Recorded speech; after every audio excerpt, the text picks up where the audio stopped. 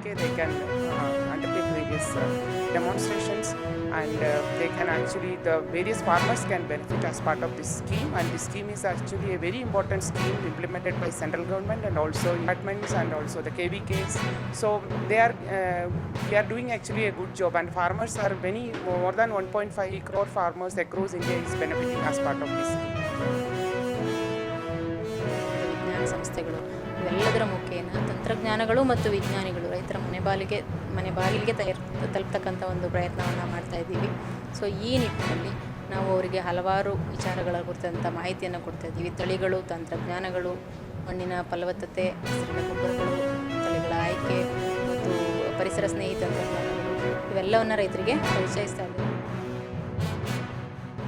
ಸಾಕಷ್ಟು ಬೆಳೆಗಳನ್ನು ಬೆಳೆಯುವ ಒಂದು ಮಾರ್ಗವನ್ನು ಅವರು ಈ ದಿನ ಎಲ್ಲ ರೈತರಿಗೂ ಸಹ ಒಂದು ವಿಚಾರ ಸಂಕಿರಣವನ್ನು ಮುಟ್ಟಿಸಿದ್ದಾರೆ.